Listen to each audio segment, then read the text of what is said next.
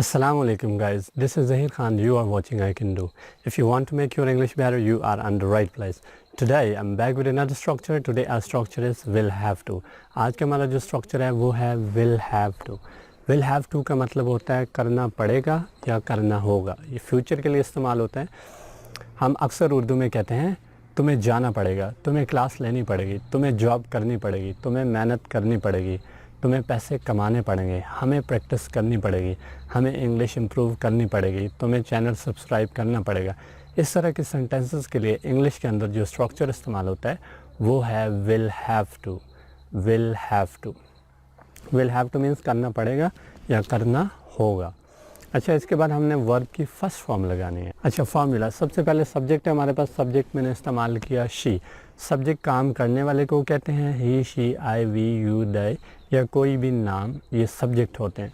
तो यहाँ पे सब्जेक्ट है शी. उसके बाद हमारा स्ट्रक्चर है विल हैव टू, तो मैंने इस्तेमाल किया विल हैव टू. उसके बाद हमने वर्ब की फ़र्स्ट फॉर्म लगानी है. वर्ब की फ़र्स्ट फॉर्म है डू और ऑब्जेक्ट है job. She will have to do job, उसे जॉब करनी पड़ेगी. तुम्हें जॉब करनी पड़ेगी. You will have to do job, हमें मेहनत करनी पड़ेगी. We will have to work hard, तुम्हें क्लास लेनी पड़ेगी. You will have to take class, तुम्हें चैनल सब्सक्राइब करना पड़ेगा. You will have to subscribe the channel. मुझे क्रिकेट खेलना पड़ेगा. I will have to play cricket.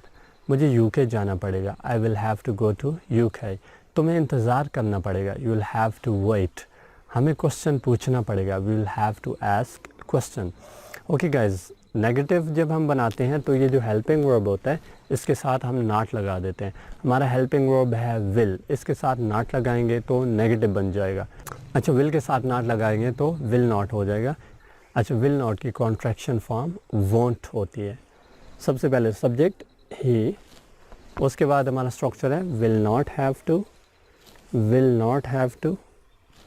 Verb की फर्स्ट फॉर्म जो मैंने इस्तेमाल की है वो है डू और ऑब्जेक्ट है shopping. He will not have to do shopping, उससे शॉपिंग नहीं करनी पड़ेगी. तुम्हें शॉपिंग नहीं करनी पड़ेगी.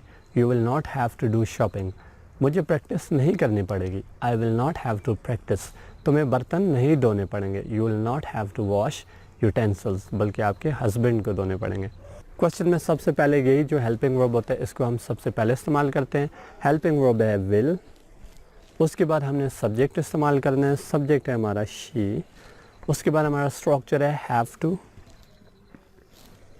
हैव टू मैंने लिख दिया. फर्स्ट फॉर्म जो हमने लगाई है वो है टेक और ऑब्जेक्ट है वो है class. Will she have to take class, क्या उसे क्लास लेनी पड़ेगी. क्या तुम्हें क्लास लेनी पड़ेगी. Will you have to take class.